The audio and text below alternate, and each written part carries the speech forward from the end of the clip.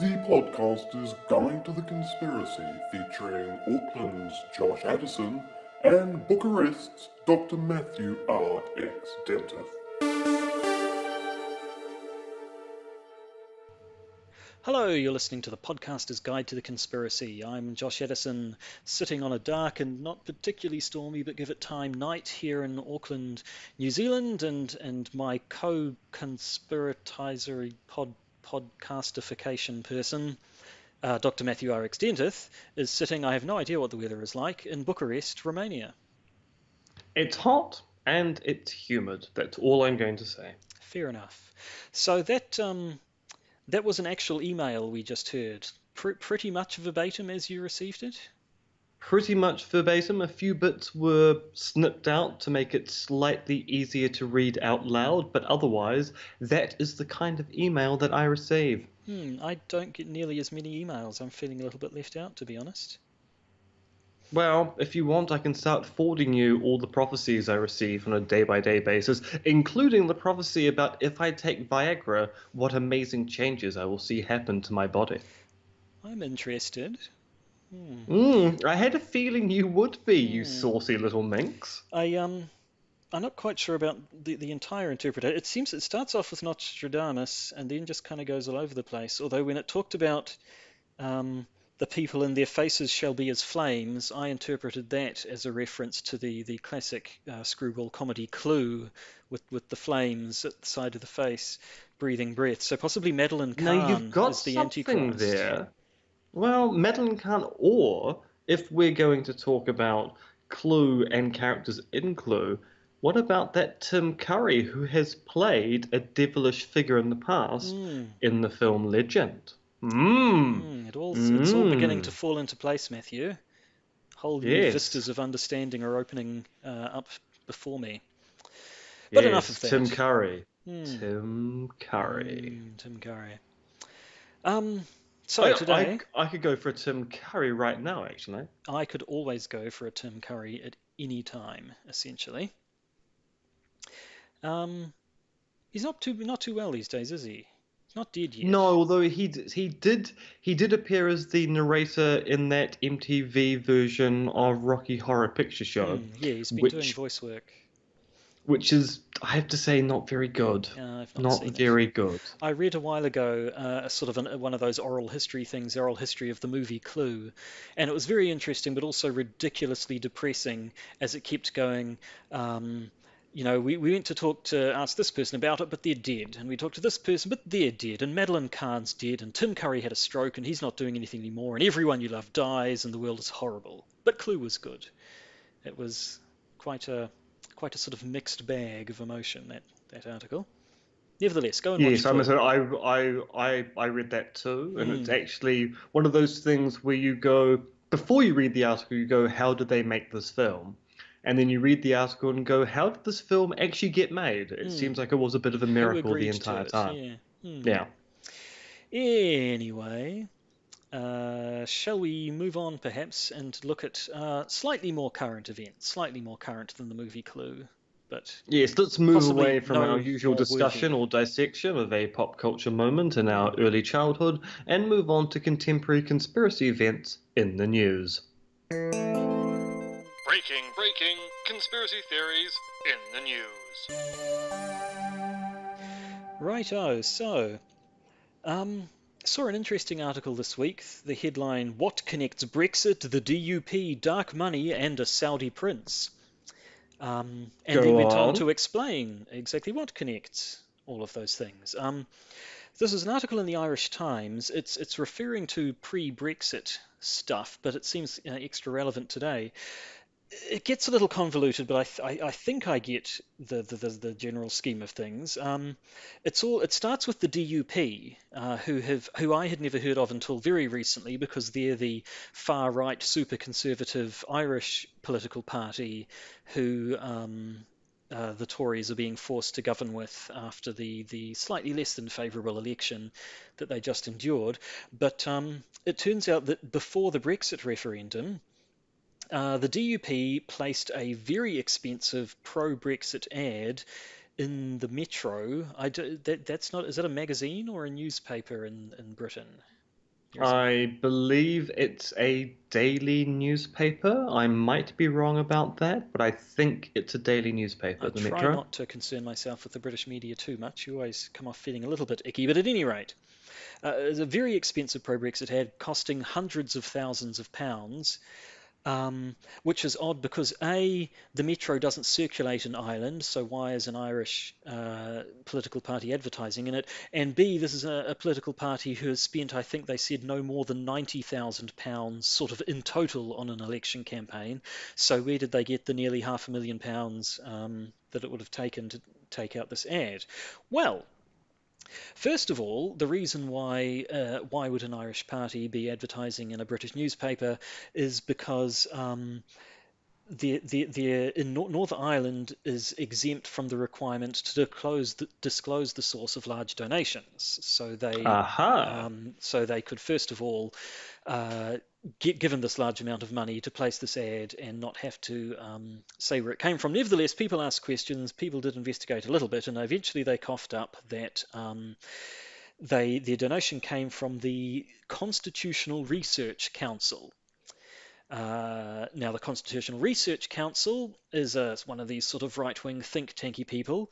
It's run by a Scot, a conservative Scottish man called Richard Cook, who also doesn't really have hundreds of thousands of pounds to be throwing at print advertisements. So the question becomes, okay, but seriously, where did this money come for this massive pro-Brexit ad? So a bit more investigation revealed that this man, Richard Cook, has had in the past repeated dealings with a Saudi prince, Prince Nawaf bin Abdulaziz Al Saud, who does have large amounts of money, strangely, for a Saudi prince. And so that's kind of where the article leaves it, having managed to follow the money down the rabbit hole, as it were, and find out that basically a Saudi prince put a large amount of money towards the pro-Brexit side of the referendum. There are some legalities around whether or not any rules have been broken. There's the whole no need to disclose, but it's something to the fact that the DUP obviously are saying, well, we didn't know this money came from a Saudi prince, and there's some question as to whether or not they're allowed to, essentially, whether or not political parties are allowed to use donations that they don't know where the money came from. So there may still be things to be resolved, but as it stands, we have quite an interesting case of money being funneled towards a campaign in a fairly circuitous method, all quite clearly designed to avoid pesky regulations. I suppose the big question here is why would a Saudi prince want to fund a pro-Brexit ad in a British newspaper? Well, yes, like most people, I don't really understand Brexit. I assume possibly there would be some economic advantage to him if Britain left the economic union, but I don't know what that would be because I basically consider international finance and economics to be witchcraft, pure and simple. And rightfully so. But yes, I mean, the other thing which is interesting about this, of course, is that the DUP, whilst they are pro-Brexit, are not pro a hard Brexit, and also want to make sure that the land border or boundary between Northern Ireland and the Republic of Ireland remains something which is not going to be militarized or fortified. So even though the DUP is for Brexit, they also want to make sure that their relationship with the Republic of Ireland is maintained so that things don't go back to the troubles that happened before the Good Friday Agreement. Indeed, so yes. This all just seems very mysterious, and it seems increasingly mysterious. It does. Yes, I've heard the idea that the DUP going into coalition with the Conservative government could threaten the Good Friday Agreement itself. What are the specific details? Is it that England's not supposed to take sides, essentially? It is meant to be neutral with respect to the two political parties, Sinn Fein and the DUP in Northern Ireland. And of course, the problem at the moment is that Stormont, where the legislature is in Northern Ireland at the moment, there is no power sharing agreement with the political parties in the north of Ireland at this time. So not only is there a worry that with the Tories getting in bed with the DUP, that threatens the Good Friday Accords, but the fact that there's no functioning government in Northern Ireland at the moment, and the Tories are getting in bed with one of the two parties there, is also taken to be a more direct threat, because it kind of empowers the DUP to make bigger, bolder demands. Yes, it does. So we'll just have to see where that goes. Do you want to do one, or shall I do another one? Let's move on to chemtrails, because Tell me as about we know, chemtrails. well, I can't tell you much more about chemtrails than you already know, which is that secretly, chemtrails are contrails. However, a lawmaker in Rhode Island, in the good old US of A, has introduced the Geoengineering Act of 2017. So this is Representative Justin Price, who is trying to ban chemtrails over the state of Rhode Island is not a state. No, Rhode Island is part of the state of New York, is it not? No, that's the wrong. Is that the wrong side of the? It is no. It's the right side of the.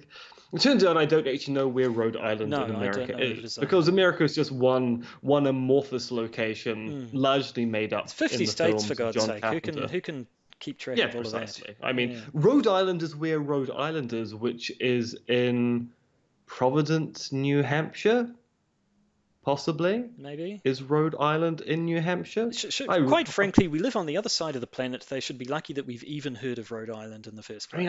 I actually should know this, because I'm a kind of a big fan of H.P. Lovecraft. Not H.P. Lovecraft the person, because he was a horrible racist and misogynist. Man. Yep. But I am a big fan of his writings, and willing to admit that his racism and misogyny kind of creep into the cosmic horror of his writings. But at the same time, I quite like Lovecraft's approach towards horror, even though I don't like anything politically about H.P. Lovecraft. Yes. So and he comes from Rhode Island, so I should actually know where that is in the US. I know which coast it's on, and that's fine. I just don't know which state it belongs to. And frankly, who cares? No. Anyway, the point of this, apart from the fact it shows our complete ignorance about American geography, is that Representative Justin Price introduced the Geoengineering Act of 2017, which in Article 11, Clause D, states aircraft geoengineering activities include those carried out by any type of aerial vehicle, rocket, drone, or balloon that involve the release or deployment of any nuclear radiation, any biologic or transbiologic agent, any chemical substance other than the aircraft's fuel emissions, which are harmful but necessary for flight, or any chemical mixture such as chaff, any electromagnetic radiation other than radar and radio communications necessary for the aircraft's safety, or any other physical agent, shall be subject to regulation, including the licensing process pursuant to this chapter. So basically, we have a bill before a state legislature. I'm just not getting that word at all today. That's the second time I've referred to a legislature as a legislator. Sounds nice in French, though. I like it. Oh, yes, the legislature. Yes. This is my terrible racist French accent. I'm Emmanuel Macron, the president of the Republic of France, and I'm about to be very, very powerful. And now I am turning into a Transylvanian count. But I am secretly a vampire, like all world leaders. One vampiric world leader, two vampiric world leaders. It's actually starting to sound Anyway, basically, there's a Geoengineering Act which has been put forward for the state legislature in Rhode Island. And yes, so people are taking chemtrails seriously, even though really they're contrails. Yeah, I mean, so like, what could happen here? They could say, sure, we'll make chemtrails illegal, because knowing that they don't exist. On the other hand, if they do pass this into law, A, maybe it could give more credence to chemtrail theories, and B, maybe it will give people ammunition to bother lawmakers and so on forever, saying, look, chemtrails are illegal, and we've got this law says they're illegal, so now I'm going to sue all these people who I insist are leaving chemtrails. Or C, chemtrails didn't exist prior to the point this act was brought in. But as soon as the act is brought in, people are going, oh, so you're saying that we can dump chemicals in the atmosphere of a biologic or trans-biologic nature as long as we get a license. I mean, previously we'd never even thought about doing this. That's true. But now it turns out there's a legal mechanism to dose the population through aerial spraying. I'm going to apply for my license now. This could be the law that creates chemtrails. Ironic. And then a new law in 2019 allows chemtrail people to go back in time and spread their chemtrails pre-2017. So we can now claim that due to the time travel law that's going to come in 2019, that all chemtrails can be blamed on Representative Justin Price and his Geoengineering Act of 2017. And then to solve the whole situation, he's going to have to go back and kill his own grandfather. Whilst wearing Arnold Schwarzenegger's skin. Precisely. Right, now, the Panama Papers. Who remembers the Panama Papers? Wasn't that a character in that Star Wars film, Mossack Fonseca? Yes, that's the one, exactly. So we talked about them at the time. The Panama Papers, gigantic leak of, what was it? Well, it was like 2 billion documents or something, some ridiculously huge amount of information was leaked from 11.5 million documents. There we go. Not 2, 11.5. I think I said billion though, so I might have been inflating things a little. Maybe I didn't. Doesn't matter. Lots and lots of documents. More than 2. Definitely more than 2. Leaked from Mossack Fonseca, a law firm who basically specialise in helping large companies not pay any tax. And you may recall that at the time New Zealand was one of the countries that was sort of listed as being a bit of a tax haven. I think they stopped short of calling us an actual tax haven, but it was certainly, the implication was that we are tax haven-ish. And tax haven adjacent. And it mentioned then Prime Minister John Key as well, didn't it? I think he was actually mentioned by name in there. He's no longer our Prime Minister, by the way. He stepped down. The new one's a guy called Bill English, who's not particularly interesting, so probably don't need to talk about him anymore. But because of, despite the fact that I don't think anything like illegal or anything was shown, it was agreed that it wasn't a good look for New Zealand. And so recently, New Zealand's foreign trust industry has put in, or rather the Inland Revenue has subjected the New Zealand foreign trust industry to rules that say they have to register and are required to reveal financial information and their ultimate owners. They have to actually say whose money it is they're looking after. And wouldn't you know it, more than 1,800 foreign trusts have told the Inland Revenue, actually, we kind of don't want to register with you anymore now. Why? No reason. Oh, look over there. Which is an interesting, if not entirely unpredictable, turn up for the books. That does somewhat suggest some shady dealings. Never. How dare you accuse the international financial community of shady dealings, Matthew? You should be heartily ashamed. No, I'm saying they're shady dealing adjacent. Right, okay, well, that's fine, yes. I see the word Trump in our list. Do we have to talk about it again? We have to have a little bit of Trump news. I suppose this one is also Trump adjacent, isn't it? Yeah, so I follow several different news sites around the world, some of which are located in Aotearoa, New Zealand. And I couldn't help but notice in one of these sites the headline, Trump lookalike found dead in Rangiora.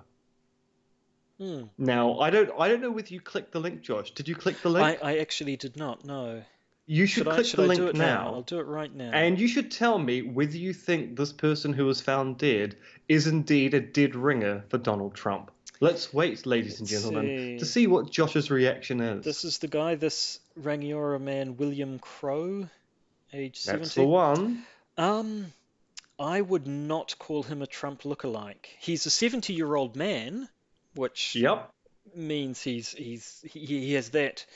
That's about as close as it gets. Shall I don't know. My webcam's probably not going to pick up on this because it's not excellent at focusing. But this is a picture of the website.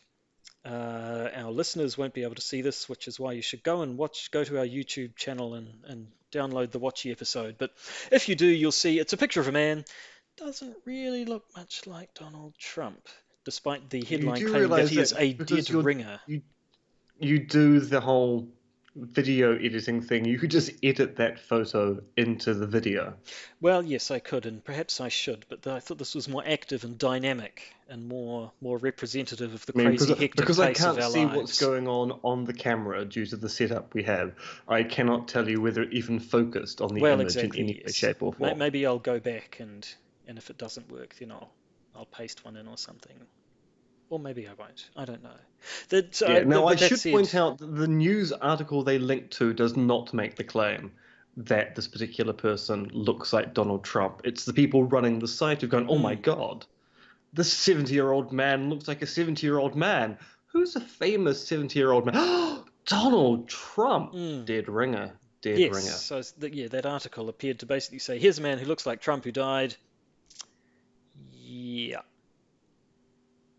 And that is the only Trump news we have this episode. Hooray! Tell me about Sweden.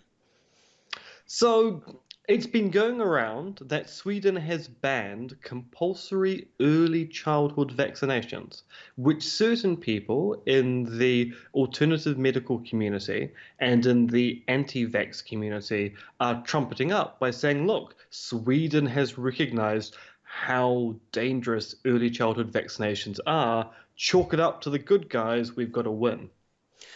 But Except have they? it's not actually that simple. So I looked into this. It turns out the only places reporting on this in the English media are alternative medical sites. There is at least one report in Swedish from a Swedish website about what happened in their parliament, which was there was a measure being put forward to make early childhood vaccine schedules compulsory, i.e. you should force children to have early childhood vaccines. This was rejected by the Swedish parliament, not because of worries about vaccines, but because at the moment, 97% of Swedes vaccinate their children, and the government is worried that by making the vaccines compulsory, there could be unintended consequences, including reducing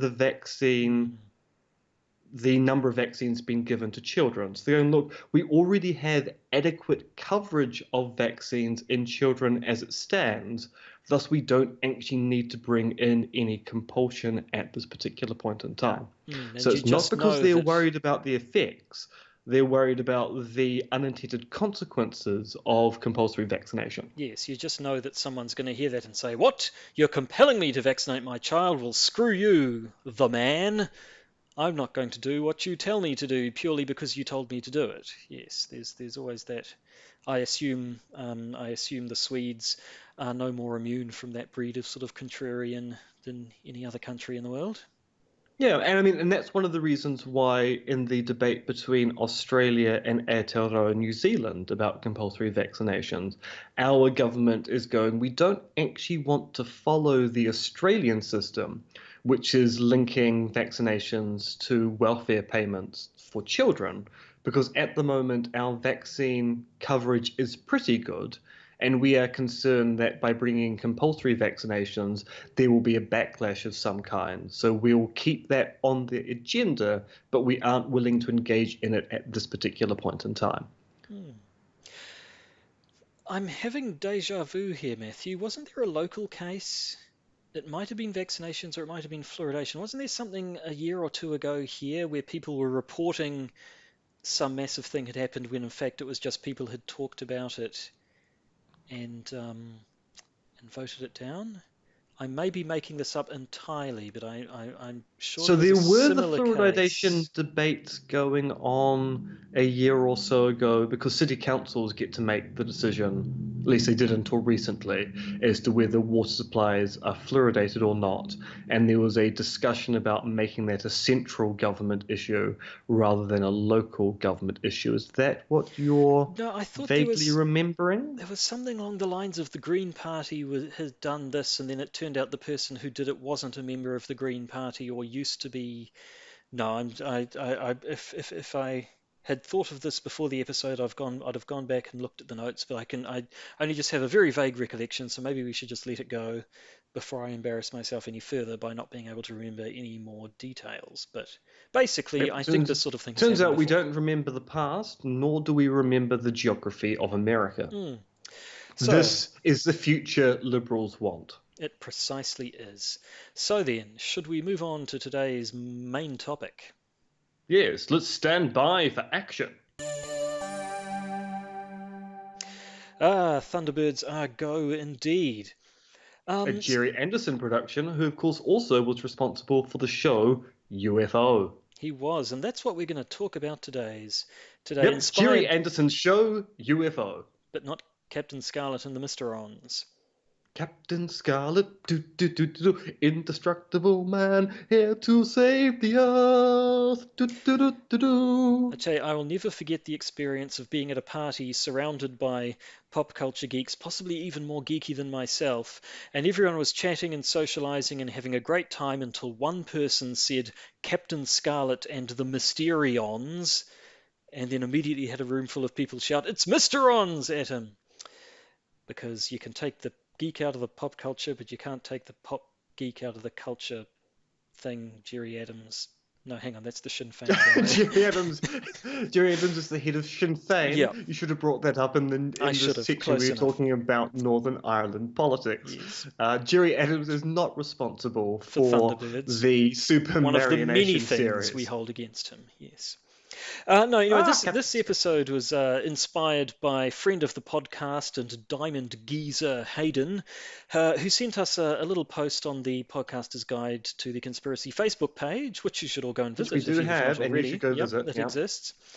Talking about the wow signal, which if you've ever had any interest in space and alien civilizations and extraterrestrials and so on, you've probably heard of before. It's basically some radio telegraph or other was off scanning the skies and received a very briefly an enormously high sort of spike in a signal. I think if you see the readout, it sort of goes from numbers up into letters because it's so high. And it's called the wow signal because the person who got this readout sort of circled it and wrote wow next to it in pen. And people have often said, they never found it again. What was this bizarre burst of signal that appeared to come from the middle of space?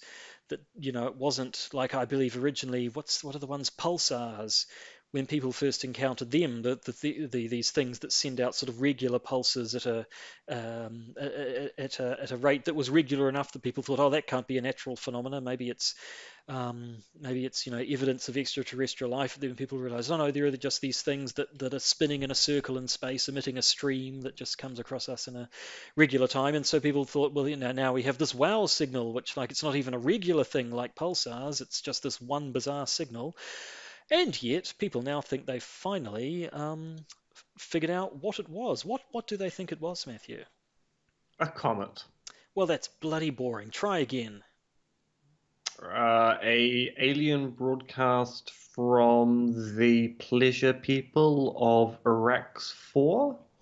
That is more interesting, but unfortunately that's true. Yes, I think that what was it? They basically just sort of said there are these couple of comets that we weren't aware of at the time, but now that we have detected them, we realize they were in that section of space at the time that the wow signal was discovered. So it was probably just, signals bouncing off a fast-moving comet that just happened to be in front of the radio telescope at that time and hasn't come back because it's a comet and they have massive, strangely shaped orbits.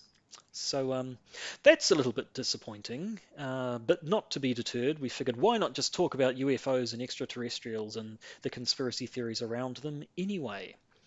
Indeed, because UFOs and ufology have been a source for conspiracy theories and conspiracy theorizing since at least the 1950s. And we did talk with your colleague, who was it, Dean? Dean? Yep. Yeah, we talked with you. If you go back to last year, I think it was, we had an interview where we talked about this a little bit, but it was more sort of the whole jet propulsion lab, Aleister Crowley occult stuff getting mixed in with UFO things. So UFO conspiracies in general, we kind of haven't really devoted the time to that we possibly should have, because it's been around for ages. It's a fairly fertile source of conspiracy theories. Which I suppose, I mean, yeah, looking at the conspiracy theories themselves, I mean, lots of people believe in UFOs and think that we can't be alone in the universe and there must be extraterrestrials out there. And there'll be people who point to evidence of aliens, alien life and extraterrestrial contact and so on. But things don't get conspiratorial until people start actually, basically, the conspiracy theories that I'm aware of, they tend to all involve the man, the government, the powers that be, and the conspiracy theories all seem to be along the lines of the government knows stuff about extraterrestrials that we don't, and they're hiding those things from us. Would that be fair? Yes, so I mean, to a large extent, there is a scientific debate as to whether alien life exists. So, i.e., is there life outside the Earth? Now, most people think that the universe is large enough that it's improbable that there isn't life outside the Earth.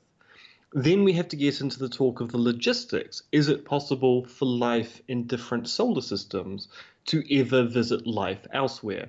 And that's where the debate comes down. Some people say, look, the universe is probably teeming with life, but due to what we know about physics and the physics of travel between one solar system to another, it's highly unlikely that alien life will ever meet other alien life. And other people go, well, no, actually, given enough time and enough advances, this could occur. The conspiracy theories tend to go on the alien life exists, it's possible to travel easily from one solar system to another, and aliens have been on Earth and or currently are on Earth, and members of the establishment are engaged in a conspiracy to keep that fact from us. Yes, so it'll be along the lines of either it's simply the knowledge that aliens exist and are out there that the government's keeping from us, or then as things get more involved, it's that the governments are in active communication with extraterrestrials and are keeping that from us. Governments are working on technology derived from extraterrestrial technology and hiding this information from us. um, the various talk of spaceships and genetic manipulation technologies and all that sort of stuff, experimenting with genomes of other aliens. And then there are the other theories, perhaps that not so much that they're in contact with aliens, but they're in possession of alien, crashed alien spacecraft that landed here, and the government got their hands on it, and have been reverse engineering and getting information from them. And these are all the things that they know that we don't know, and they don't want you to know, and they're hiding it from us because. The Just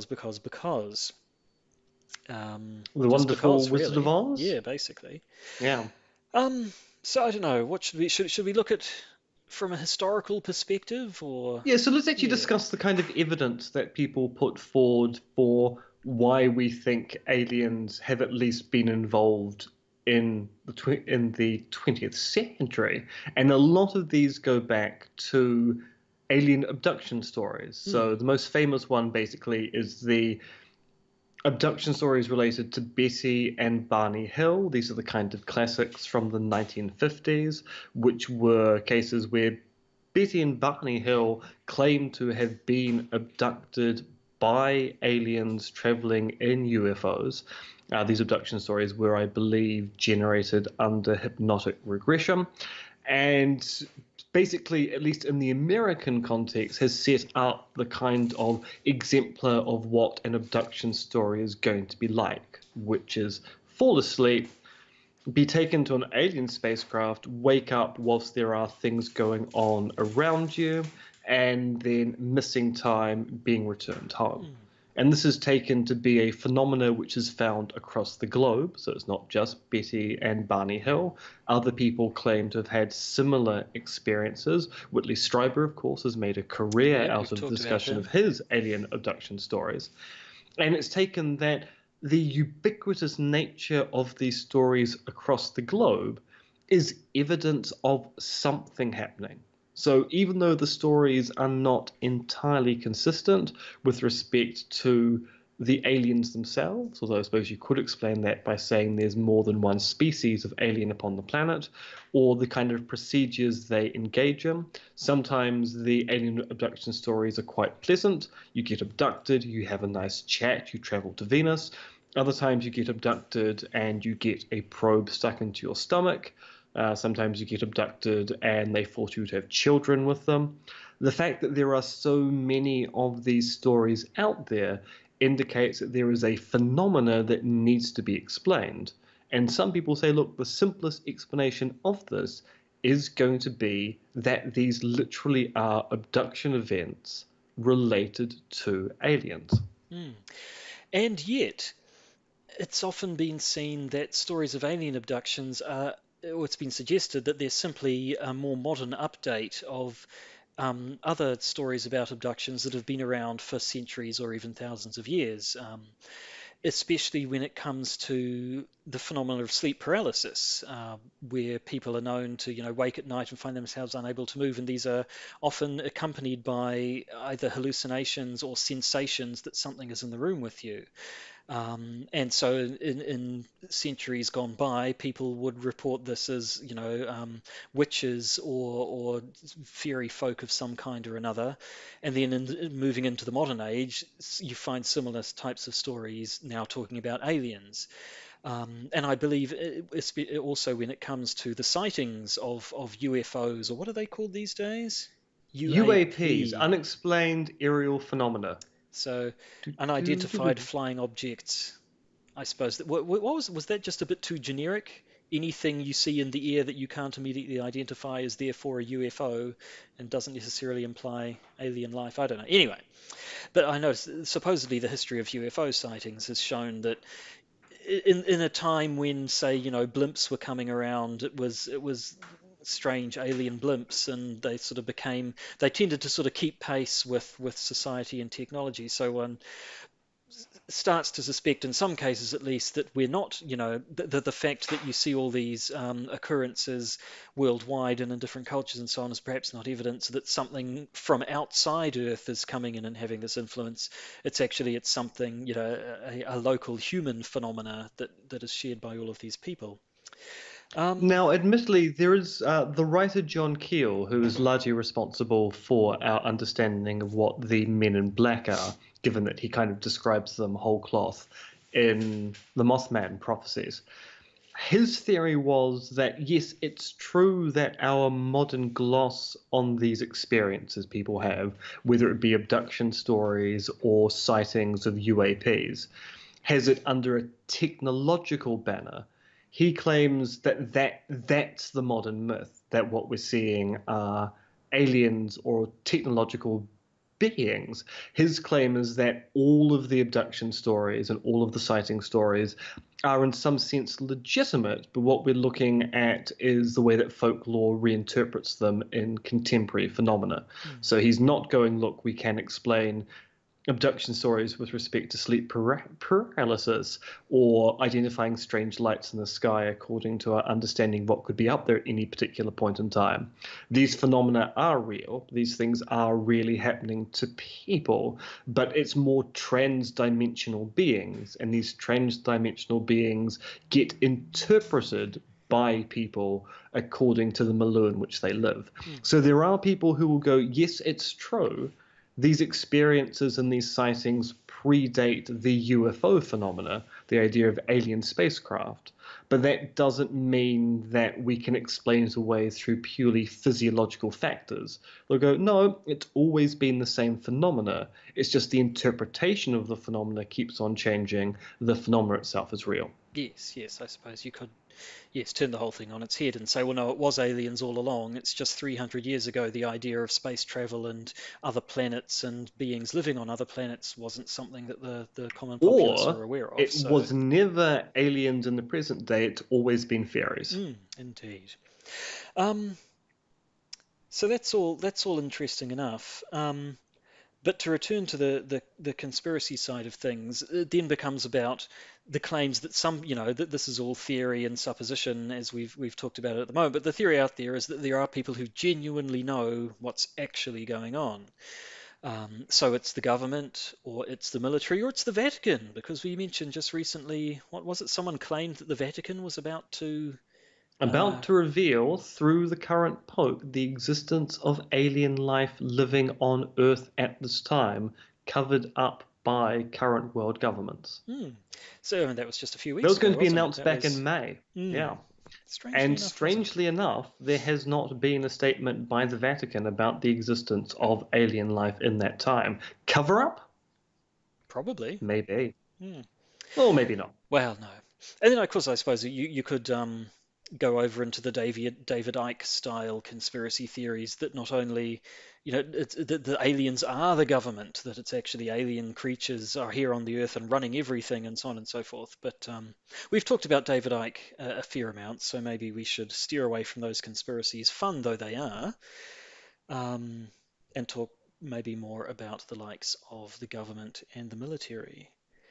Tell me about the military, Josh. Tell me about the military. Well, what do they know? The military, they're meant to be at the cutting edge of technology in certain areas. They're the ones who are Where did they get experimenting. that technology from, Joshua? Well, Where did they get that exactly. technology from? Exactly. So there are the conspiracy theories that the military are experimenting with various, flying craft and so on, having got this information either from aliens directly or by examining crashed alien spacecraft. And obviously, Area 51 is the main one that crops up when people talk about that. The idea that Area 51 is a genuine military air force, isn't it? Research base where they make experimental I like the idea flying that it was craft. a genuine military airbase. Yep, that's where they keep their military air at Area 51. In Precisely. Area 52, they keep their Earth. And then fire Never and mix water. the two together And because it just makes dust. No. Then they have the fire facility and the water one, and then the heart facility, which doesn't actually do anything, but does allow them to form Captain Planet. Bloody Marty, I don't know. Captain Planet, indestructible man, here to conquer the Earth, and something with birth. Captain Planet. Because there was actually an episode, right, where Marty was like, "Oh, I feel so bad because all you guys have your massive water and fire powers, and I just have heart, which goes wob, wob, wob, wob, wob, and doesn't actually do anything except maybe sometimes I can talk to animals." And they're like, "No, Marty, you're good. We need you. We can't form Captain Planet without you," which basically just established that all he is a liability. He doesn't do anything for him, but if anything happens to him, they can't form Captain Planet. I may have got slightly sidetracked, but this is something I feel strongly about, Matthew. No, Area 51. So, I mean, it's a place where they're supposedly making experimental aircraft, which means they're going to have to take these things for test rides, which means people who live in the area are going to see potentially strange-looking aircraft flying around. So, I mean, there is a fairly easy, prosaic explanation, I suppose, for UFO sightings in the area of Area 51, which is that, yes, it's the Army flying these experimental aircraft that they're working on. But then I suppose where does it come from? Is it simply, had there been, there's the whole Roswell incident, isn't there? That kind of ties into Area 51, doesn't it? Was that the genesis It does, of the... because Roswell's very close to the Area 51 facility. So I'm not quite sure of the timeline. Did people think they were up to weird stuff in Area 1 before Roswell happened, or was it the Roswell incident that caused people to think that stuff people was going thought on they in were Area up to 51? weird things at Area 51 prior to Roswell. The association of the Roswell incident with a UFO crash, where we take UFO here to mean flying saucer as opposed to literally an unidentified flying object. That came later on in the story. As people like to point out, when the Roswell crash occurred, the idea that it was a weather balloon was widely accepted at the time. It was only years later that the UFO story started to emerge from that. And at that particular point in time, people pointed the finger towards Area 51 going, well, we know they're doing experiments there, but we don't know what experiments they're doing. Maybe that's why an alien spacecraft crashed. Maybe they're in association with what's going on over at Area 51. And so, speaking of the Air Force, brings us, I suppose, to Project Blue Book, which is probably something we could devote a whole episode to, but we won't now. There's a lot there. I didn't actually realize until I started reading up for this episode that Project Blue Book wasn't the first UFO investigation project by the Air Force. It was the third. The third. Yeah. But the US Air Force has looked into the phenomena of UFO and UFO sightings and so on. And Project Blue Book is the most, I guess, well known of these projects. Um, it, yeah, like I say, you could talk to it in great detail, or just give an executive summary, I suppose, which is that they investigated a whole lot of accounts of UFO sightings and so on. By the time it had ended, according to the notes I have, they collected 12,618 UFO reports. But their conclusions were generally that in the vast majority of cases, they were simple misidentifications of clouds, of stars, of comets, of conventional aircraft, of all sorts of stuff like that. And people will say, but they didn't explain them all away, did they? There are some, there are some things that even the Air Force couldn't explain. And it seems a little bit odd to me when people appeal to these sorts of investigations, because it seems it could kind of go in two directions. On the one hand, you can say, look, there must be something to UFOs because even the US Air Force is taking them seriously. On the other hand, you could then say, hang on, if the government already knows about aliens, why are they conducting investigations into see whether or not they exist? Yes. Well, it would be the perfect cover story, well, wouldn't it? Would, we've got our best boys, actually our worst, engaged in the investigations of these UFO phenomena. You don't need to worry about it. Now, it is important to note the reason why Western powers in particular wanted to investigate UFO sightings, so there were also inquiries going on in the UK, for example, at the same time, was twofold. One, there was a worry that some of these sightings might actually be Russian aircraft, i.e. incursions by a Cold War power into US or UK space, and B, if there was something to these sightings of an extraterrestrial nature, it would be important for the military forces of those nations to know something about it. So the reasoning was kind of, we don't think it's likely, but at the same time, we probably should engage in at least some investigation of these claims, because if it turns out that they're true, then we have a serious problem. Yes, it's reminiscent of the stuff we've talked about in the past with your Project MK Ultra and so on. We say, oh look, the government's the military's looking into UFOs. There must be something there. Well, the military or the who was it? The government, some branch of the government or other, looked into psychic phenomena and mind control and all of that sort of stuff. And again, as we've said when we've talked about that, it was MK Ultra was very much along the lines of, well, the Russians looking into it. We think it's probably bollocks, but if it turns out it's not, and they get in ahead of us, then we're going to be in trouble. So we better investigate this thing. It seems like. Although also with the psychic stuff, there's also a possibly complementary story here, which is what's a really good way to get Russia to waste vast amounts of resources in their R&D? Oh, we'll get them to research psychic phenomena, which we know doesn't occur. So if we hold a little project here, then that will force the Russians to go, oh, the Americans are treating this very seriously. We should probably engage in researching that as well, thus knowing that you're diverting money away from, say, the production of a refined nuclear arsenal. So you can have it both ways and go, look, they didn't believe it was true, but it was a kind of propaganda campaign against the Cold War power, was also going, at the same time, the Russians are now researching this stuff.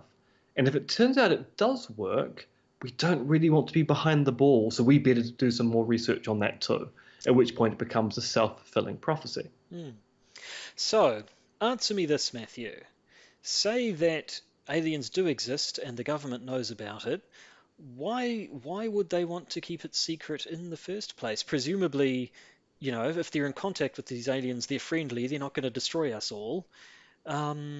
And presumably the fact that they are able to get here means that they possess technology far in advance of our own, so surely there are great things we could learn from them. Why would they want to keep this secret? Right, so if we assume they're friendly, and we can talk about what if they're not in just a minute, one reason why they might be kept secret from us might be that they've asked to be kept secret from us. So you can imagine a situation where we make first contact with an alien nation of some kind, and they come to Earth and go, look, your civilization is just on the cusp of being able to cope with being let into the Galactic Confederacy. But we have to tell you a horrible home truth. Humans are very, very xenophobic. I mean, you don't even get along with yourselves particularly well.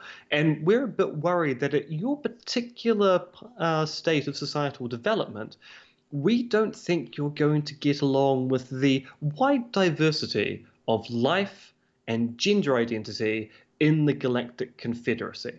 So you have to keep our existence secret, and we'll keep monitoring your development. And when we think you're ready, when your civilization becomes grown up enough to be able to cope with the diversity of galactic life, then we'll let you in.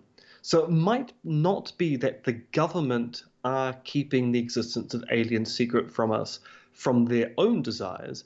It could be, if we assume these aliens exist, they might have asked world governments to go, look, don't reveal we exist just yet.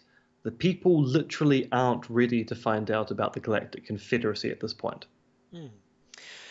I suppose another reason that's the quite benign, peaceful reason. You could then start taking a dimmer view of things if you decide that maybe the government wants to keep this technology for themselves, perhaps. They want to, if you're assuming malicious intentions, you're probably assuming that the government wants to do nasty things to us anyway, so maybe they're going to use this technology to control population or steer it in the particular direction they like.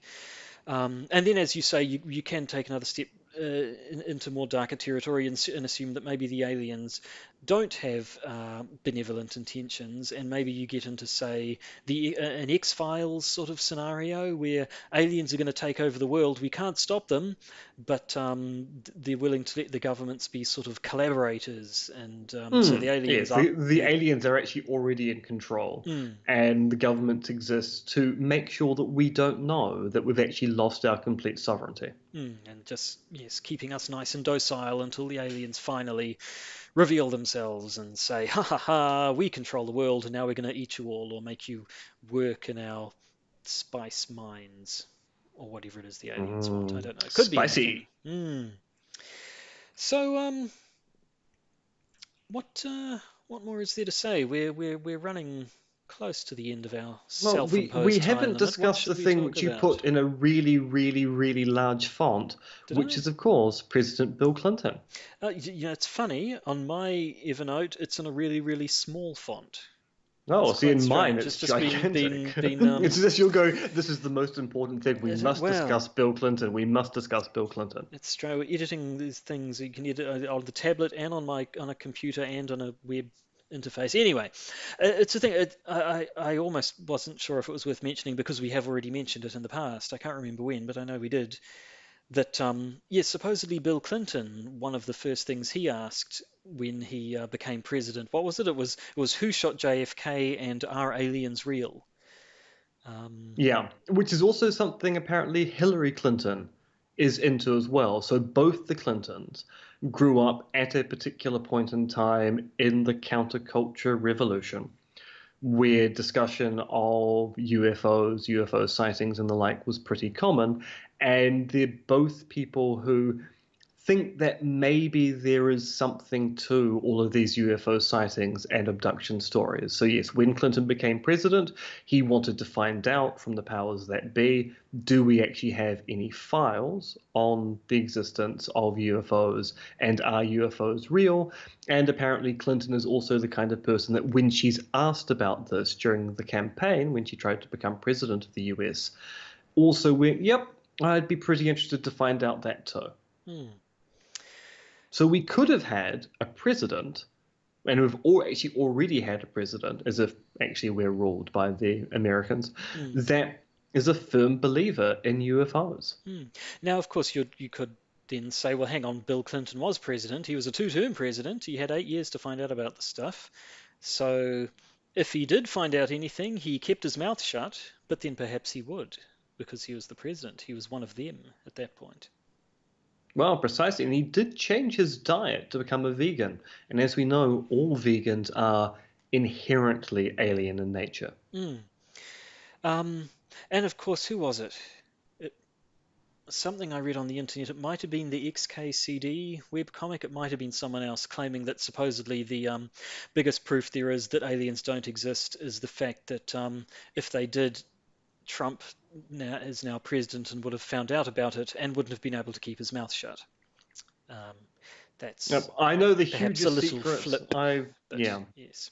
but at the same time, it is the kind of thing which you kind of do think that President Trump would leak, or at least decide to reveal to the world, because of course, by definition, the president can't leak. That's true. Reveal to the world. Okay, so I just read the I know Air something you Force don't files know. about the alien bases we have on Mars.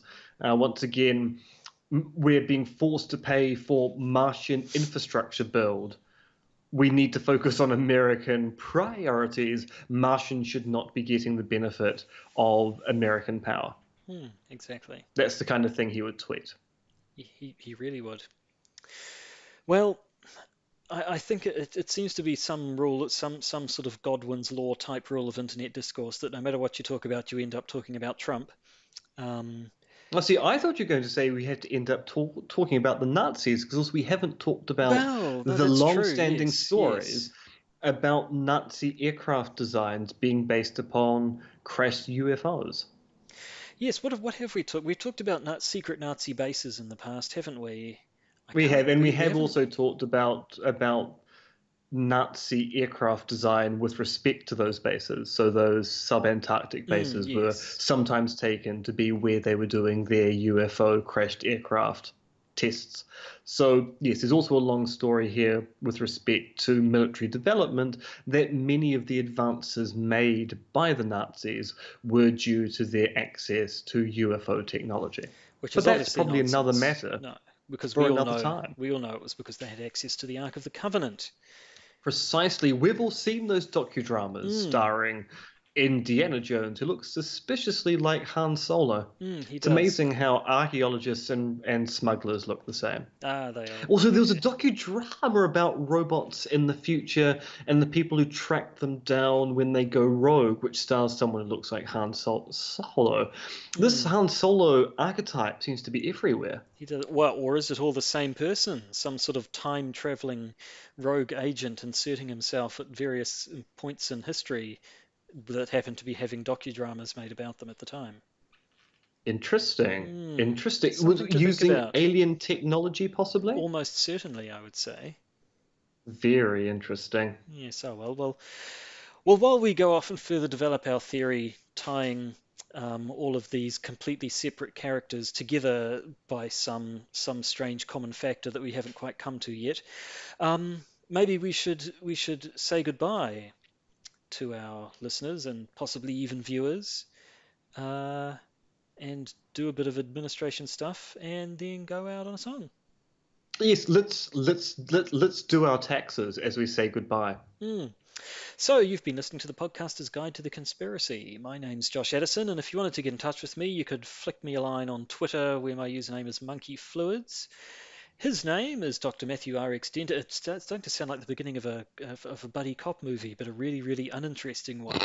His name is Josh Edison, and you can contact him on Twitter. His name is Dr. Matthew Dentith. He's also on Twitter. Together, they fill out your forms tweets to make sure that traffic violations get prosecuted.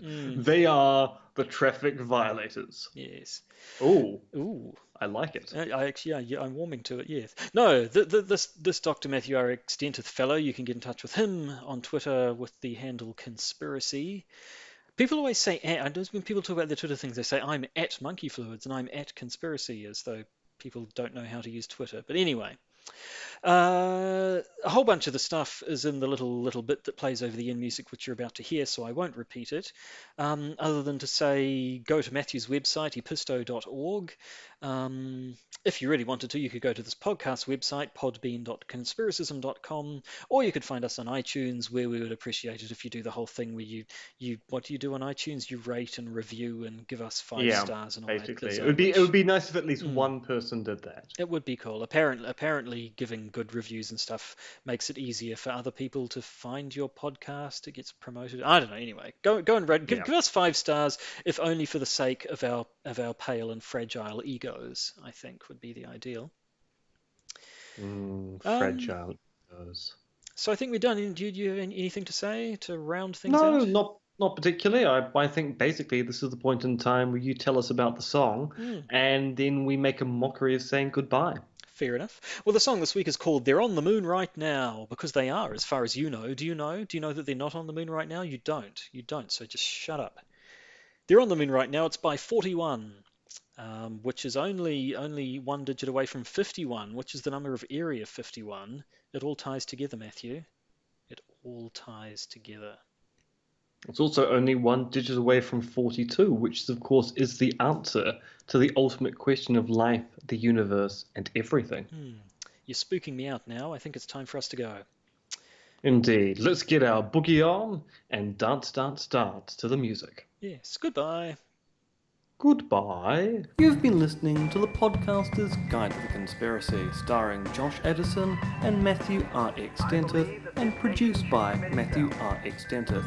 If you've enjoyed the Podcaster's Guide to the Conspiracy, why not contribute to our Patreon or Podbean patron page? And you can contact us on podcastconspiracy@gmail.com. That's podcastconspiracy@gmail.com. Able to broadcast an in-flight conversation with an astronaut.